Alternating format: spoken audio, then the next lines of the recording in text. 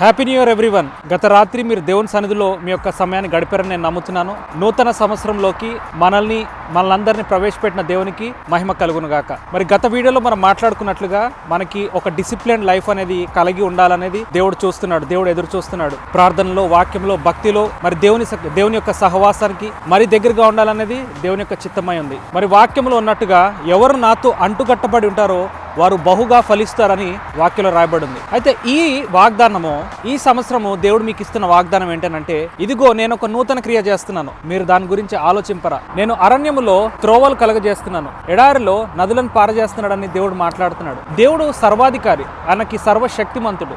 ఏ question mark మనకున్నా కూడా దేవునికి అసాధ్యమైనది లేనే లేదు, ఆయనకు సమస్తము సాధ్యమే. ఇటు రీతిగానే ఇజ్రాయెల్ ప్రజలు చిక్కుకున్నప్పుడు, ఎర్ర సముద్రం ముందు ఆగిపోయినప్పుడు దేవుడు దాన్ని 2 పాయలుగా చేస్తున్నట్లుగా మనం చూస్తున్నాం. సముద్రాన్ని చీల్చగల దేవుడు మన పరిస్థితిని కూడా సరి చేయగలడనేది మనం నమ్మాలి, ఆయన మీద విశ్వసించాలి. 2026 సంవత్సరంలో ఇంతవరకు మీరు వెయిట్ చేసిన యొక్క వెయిటింగ్ పీరియడ్ ఏదైతే ఉందో దేవుడు ఖచ్చితంగా కార్యరూపంలోకి తీసుకురాగలడని మనం విశ్వసించి ప్రార్థన చేయాలి. Once again everyone, a happy new year and blessed life. God bless you all and praise the lord.